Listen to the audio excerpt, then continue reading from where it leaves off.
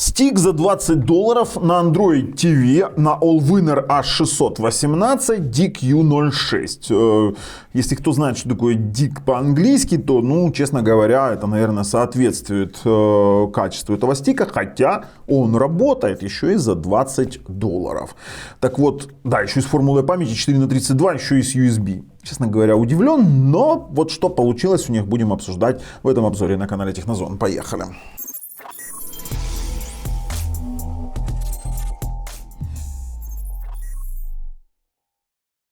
И мы сразу на AliExpress. Долго ходить не будем вокруг да около. Они тут заявляются 8К видео, они заявляются Android 12, Bluetooth 5 и, что самое интересное, Android TV.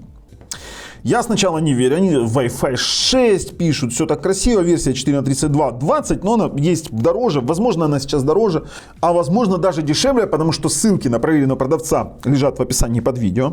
Вы можете перейти, нажать и увидеть цену конкретно для вашей страны, для вашей локации. Мы показываем в доллар, потому что рассчитано на рынок ЕС и США. Теперь дальше. Смотрите, подписываемся, нажимаем колокольчик, а я продолжу. У нас есть такой момент, что они заявляют, что здесь у нас Allwinner H618, это 4 ядра Cortex A53 по 1,5 ГГц, Mali G31 ускоритель, варианты 4х32, 2х16 есть, и вроде бы как поддержит 8К видео, 4К 60 FPS, 4 HDR10+, H265. Так вот, HDR10+, я не нашел HDR и HLG, Dolby Vision нет, Wi-Fi 6 вроде бы есть, и он даже видит роутер Wi-Fi 6, но как это работает, вы увидите в самом обзоре.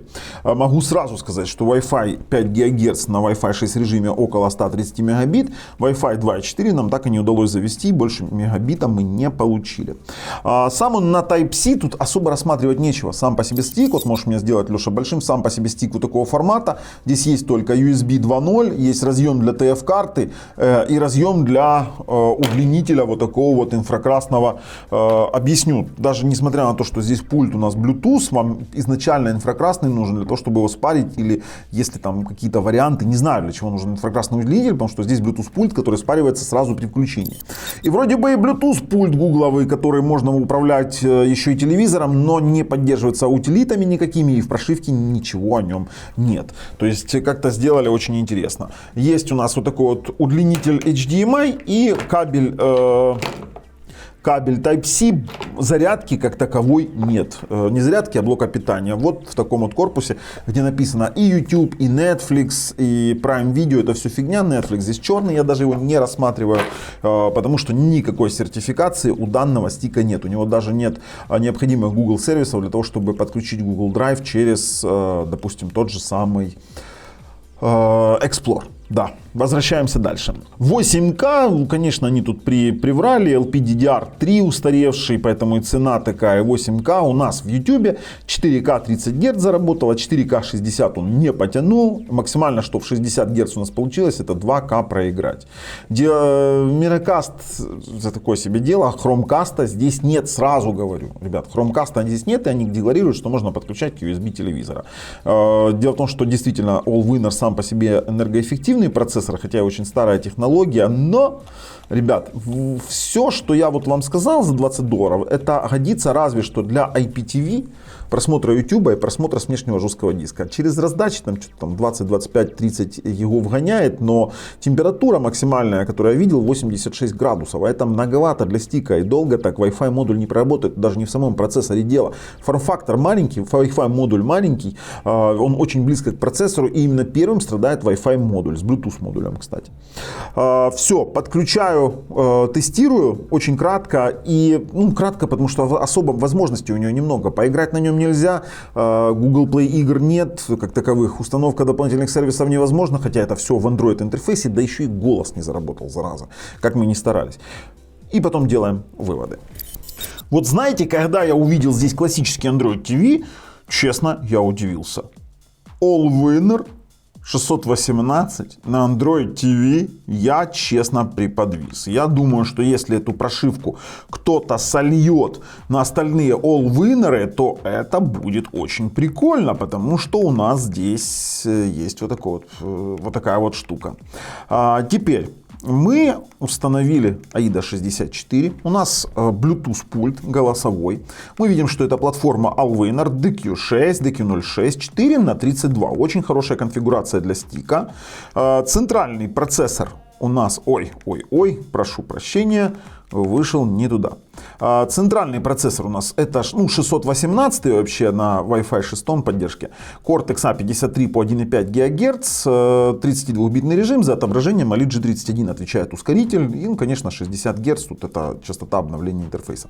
А вот канальная скорость интернета 258 мегабит на 5 гигагерцовой сети, это немножко низко. Мы ниже, чем я ожидал. И будем сейчас проверять фактическую. Проверяем на AX7000 от Xiaomi роутере. Самое мощное, что сейчас у меня есть. На 12-м андроиде. И есть у нас доступ к температуре. На текущий момент температура 60 градусов. Но я уверен, что она будет выше. Из кодеков у нас есть, флаки мы не берем. Нас интересуют видеокодеки. VP9.2. Есть 256, 265. Есть HEVC поддержка. Вот он, Allwinner, HEVC и AVC. А V01 нет. Тут никто его и не ожидал. А в самих настроечках мы можем посмотреть с вами вот такую вот штуку. Это у нас есть тут TV App. Это, скажем так, любимое приложение, которое будет работать по кнопке. Здесь вот у нас есть кнопочка «Любимое приложение». Это, кстати, Google пульт. Давайте попробуем. Сейчас мы выйдем. Попробуем любимое приложение. И он вызовет Analytics, по идее. Да, Analytics вызвал, который сразу начал нам тестировать 5-гигагерцовый Wi-Fi. Мы посмотрим, пинг он что-то не очень. Я вам честно скажу, ожидал я лучшего результата, 133-132 мегабита. Объясню, в чем фишка. 132 мегабита на расстоянии 3-4 метров. 4 метра. Если это будет квартира, я думаю, что там падение будет меньше 100 мегабит, и вы должны рассчитывать на вот такой вот поворот событий. Хотя, если смотреть там IPTV, ютубчик и какое-нибудь кино с жесткого диска, которое вы можете сюда подключить, то думаю, вполне. Это был 5 ГГц. Давайте уж, если мы здесь с вами тестируем сразу Wi-Fi, то давайте 2,4 подключим уже так, чтобы у нас была полная картина. Подключено, я сразу на кнопку любимого приложения нажму, буду сразу тестировать. С пингом у него какие-то вопросы, что-то он там пинги ловит какие-то непонятные. Да ладно, нам не играть здесь на нем, а в сети нам смотреть. Ой-ой-ой, 2,4. 2,4 мертвый, сразу говорю, мертвый, меньше мегабита. Это то, что я вижу своими глазами.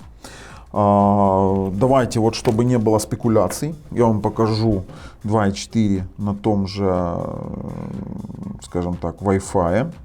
Не смотрите на название сети Asus, это из-за устройства умного дома переделывал все, честно говоря. Запускаю тоже тест на телефоне, сейчас вам скажу, чтобы было понятно. У нас здесь, 60, 70, 80, 90, это вот на 2,4, то есть 100 мегабит. 100 мегабит на 2,4 на AX7000 на текущий момент. То есть, как-то вот мне... Переключаюсь на 5 ГГц, будем тестировать на нем. На нем хоть выдает там более вменяемые результаты, 123-130 тысяч. Так, запуск Google Ассистента идет. Мне тоже интересно голос протестировать. Это то, что вот из признаков Android TV есть.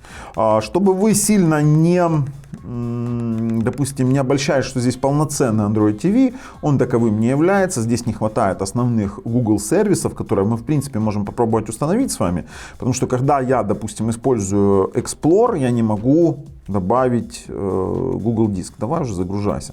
Все это немного у нас тормозит, потому что начинает греться. Так, смотрите, я когда пытаюсь добавить Google Drive, он не хочет. Device doesn't have Google Services. Вот мы что имеем с вами по факту. Google Play Services. Видите, он даже не производит. Слушайте, а как так вообще? Сейчас попробуем нажать. Vimeo. Ага. Видите, в чем фишка?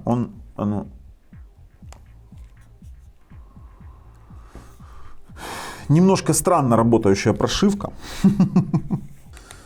Вот мы вбили, Google App стоит, Google Meet, Google Play игры, а Google сервисы мы поставить отдельно, конечно же, не можем. Ну, тут уж есть как есть, не могу ничего сказать и как бы ни на что нарекать, хотя Google Play игры можно поставить, пускай будет. Теперь дальше. Из настроек, из того, что у нас есть в настройках самих обыкновенного вот бокового меню, то это вот обустройство у нас DQ06, у нас есть root права, их можно активировать прямо здесь. Есть у нас управление ЦИК, который, ну, работает. Автоматически выключает телевизор, как бы взаимодействует с пультом самого телевизора. В разделе экран и звук есть масштабирование текста. Использовать частоту контента, которая не работает. Автофреймрейта тут нет. В расширенных настройках экрана у нас есть от 480p до 4К. Здесь пишет 30 Гц. Это у меня рекордер так пишет. У меня просто через ресивер Pioneer подключен. Вообще до 60 Гц без проблем. CBS... Это все у нас не работающая фигня. Можно выбрать NTSC PAL. И есть у нас HDR режим автоматический. Слушайте, ну больше ничего такого у нас нет. Единственное, можно тут выбрать форматы вручную. HDR10, Dolby Vision не поддерживается. HDR10 Plus не поддерживается. Это для любителей Samsung телевизоров. И в расширенных настройках звука у нас вручную можно настроить форматы. Практически все мы включим. Все равно изменить. И включим режим построй, это когда он будет выкидывать, пробрасывать звук. Больше ничего в настройках нет. А ну сейчас смотрим, у нас так и не завелось. Нет, у нас так ассистент почему-то не хочет заводиться. Думал, как бы может быть с интернетом проблема, поэтому Google ассистент не заводится. В любом случае он просто крутится и все. Мы попробуем его перезагрузить, наверное. Ну, не знаю, короче, как-то вот сильно много проблем с настройкой. Сейчас попробуем переткнуть и посмотреть, что получится. Все равно после загрузки при нажатии на Google Ассистент продолжает постоянно крутиться. По факту я констатирую, что голос не работает. Ну, бывает и такое. Хорошо, включим мониторинг температуры. А мониторинг температуры нам действительно пригодится, потому что мы сейчас будем с вами проводить тротлинг-тест на таких стиках. Это прям больная тема температура, и тротлинг-тест обязателен. Так, тротлинг-тест. Туговато все загружается. Все-таки чувствуется, что этот вот слабый процессор. За указатель мыши спасибо на Android TV. Это просто отлично, но... Как здесь нам вниз? Ага, вот есть. Сейчас мы включим с вами показывать температуру и посмотрим на сенсоры. Можно стартовать наш тест. Для вас буквально пару секунд, а я буду сидеть, ждать и смотреть. А он, кстати, еще и работает таким очень некрасивым образом. Поэтому смотрим на температуры и на падение частот.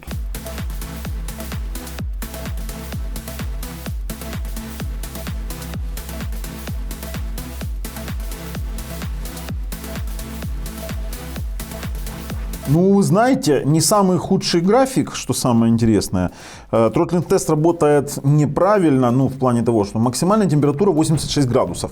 Многовато. Ну, для Allwinner это нормальная температура, для стика это многовато, сразу говорю. Надо либо охлаждать, либо что-то придумывать. Нам остается протестировать еще мультимедийные возможности, потому что играть, само собой, на этом стике, ну, нельзя. Подключил жесткий диск, вернее, даже не жесткий диск, а SSD. Нам нужно понять, есть ли здесь специальный плеер. Дело в том, что на Allwinner должен быть TBD плеер. Если TBD плеера нет, то без TBD плеера мы не сможем, ну вроде бы есть, сейчас посмотрим, мы не сможем проигрывать нормально ни видео, ничего. Я сейчас пробую сразу же вот тестовые ролики, ну LG New York 4K. Да, есть TBD видео. По 4К роликам, по 4К видео сразу говорю, все отлично работает. Это HDR конвертирует в SDR, все хорошо, цвета правильные. И 4К тяжелые ролики он проигрывает. Даже он Dolby Vision тут чуть нормально в SDR работает. Но опять же, проигрывать видео на процессорах Allwinner нужно только на этом специальном плеере. Сейчас еще попробуем Sony МКВшку в МКВ проиграть, что у нас получится. Так, в МКВ все в порядке, хорошо. По 4К видео большого битрейта, большого объема у нас нет вопросов. Он проигрывает жесткого диска. Температура проигрывания 74-75, я думаю, что до 76 градусов дойдет. Dolby Digital и Dolby Digital Plus я не вижу на своем ресивере. Dolby Digital и Dolby Digital Plus. Хорошо, для этого я останавливаю пока запись своего смартфона, для этого мы идем в настройки и отключим, наверное, проброс, потому что раньше у меня это работал вариант. Давайте выберем Output Mode. В HDMI стоит, все правильно. Отключим аудиопроброс и включим автоматически, включим форматы. Давайте вот с этим сыграем. Скорее всего, тут настройки не позволяют, они в стоке только работают. Плохо, что нам доступ к TPD-видео надо получать через вот этот вот общий, какую-то общую папку. Черти что, пробуем. Включил опять запись. Нету. Ребят. Dolby Digital нет. Хорошо. Dolby True HD нет. Сейчас попробуем какую-то настроечку поменять, не знаю. Repeat All, Audio Track, все правильно здесь. Ну нет, а что я снимаю туда вообще? Нет, даже не буду прикладывать эти файлы. DTS. Сейчас посмотрим, хоть что-то может быть. Ничего нет. Ничего, ребята, нету. Ха-ха-ха. Объемного звука в нем нет ни при каком раскладе. А как с этим быть? Да, в коде тоже он не видит ресивер, хотя подключено через ресивер Pioneer. Ну, что ж ты сделаешь? Нету здесь 5.1 звука как такового. По YouTube я особых проблем не вижу, кроме того, что 4К 60 Гц он проигрывать не будет. Ну, давайте попробуем. Даже мой какой-то обзор. 4К 60 Гц. С цветами. Что вообще за качество сейчас стоит? 4К 60. Статистика для сисадминов. 4К 60 он не воспроизводит. 2К 60. При том, что Connect нормальный. 2К 60 Гц воспроизводит. 4К 30 Гц, скорее всего, будет воспроизводить. Сейчас тоже попробуем. Да, нету 4К 60. Оба! И автоматически сбросила на 1080p. На AVC. У него есть ошибки в... Вы видели, что у меня появились английские дорожки на видосах? Скорее всего, тут проблема... на VP9 переключила, 2К все-таки. Сейчас мы выберем 4К 30 Гц. Этого следовало ожидать. Я вот ничего такого другого не ожидал. Так, у меня есть вот «Золотая осень» в Дубовой роще. Я видео снимал когда-то. Это очень красивое видео. Там с очень красивой музыкой. И сейчас мы посмотрим, на что он способен. 4К 30 Гц сейчас работает. Сейчас посмотрим. Будет, не будет. Не хочет. Блин, включилась. Долго это все происходит. 2К 30 Гц работает, 4К, вот это вот возня, 4К, 2К. 2К 30, 60 работает. И 4К 30 это максимальное качество, которое он может вытянуть. Вот, пожалуйста, все воспроизводится. Все отлично. Короче, по YouTube вы поняли. 2К 30 Гц, нет, 4К 30 Гц, 2К 60 Гц он может. По IPTV у меня вопросов не возникло. Действительно, для IPTV он подходит, мы можем тут листать с вами каналы, обрабатывает быстро, скорости хватает, поток 1080p, достаточно высокобитрейтный, что OTT сервисы, что IPTV потоки, он спокойненько обрабатывает. Вопросов у меня по IPTV не возникло. Как в принципе по базовым каким-то сервисам, которые не требуют DRM L1, например, я сейчас вот смотрю Свит ТВ, и на Свит ТВ я смотрю сериальчики, у меня тоже вопросов не возникает. Правда, уже тут температурка 78-80 градусов, тут мы должны обращать на это внимание и должны вам об этом говорить. Ну, пока вас производит, все хорошо. Я вам расскажу, это все, что я хотел показать. Игры играть не буду, слишком горячий, и маленький стик отвалится вообще Wi-Fi, чип Wi-Fi. По раздачам. Не могу показывать, запрещено YouTube настолько жестоко, что прям будут расправляться. Уже с некоторыми моими роликами расправлялись. Могу сказать только 30-40 гигов максимальный объем, который у меня получилось более-менее нормально смотреть. В 265 кодеке 25-30, это в 4К качестве, отлично воспроизводит. Вы должны это понимать, но тут все зависит от качества от качества тех, кто его показывает. Вот я так завуалированно сказал, а уже вы там должны, тех, кто понимает, о чем я говорю, должны понимать, что не только сам стик в этом принимает участие, еще тех, кто это все дело раздает. Переходим, резюмируем. В качестве выводов скажу, рекомендовать его однозначно не могу. За $20, конечно, для IPTV-шки на кухню очень даже неплохой вариант. Для Sweet TV, например, для Megogo и там какого-то YouTube до Full HD или 2К. В остальном всем, ну, правда, за эти деньги трудно найти стик получше. В среднем я видел его по $30, хотя здесь написано 20. Я думаю, что он будет стоить не меньше 30, и поэтому мы должны с вами это понимать. Ребят, я не рекомендую, есть стики получше, тот же самый Xiaomi Mi TV стик, даже если он стоит там $30, этот стик, он стоит $30, а не 20, потому что 20 это какой-то вчес. Я могу вам сказать, что стоит он, стик сейчас 4К Xiaomi где-то около $40-45, добавить 15-20 долларов и получить стик и с Dolby Vision, и с Dolby Atmos, и со всем остальным, потому что здесь нет объемного звука, будет намного лучше. В целом, вы мое мнение услышали. С вами был Бабл на канале Технозон. Пока.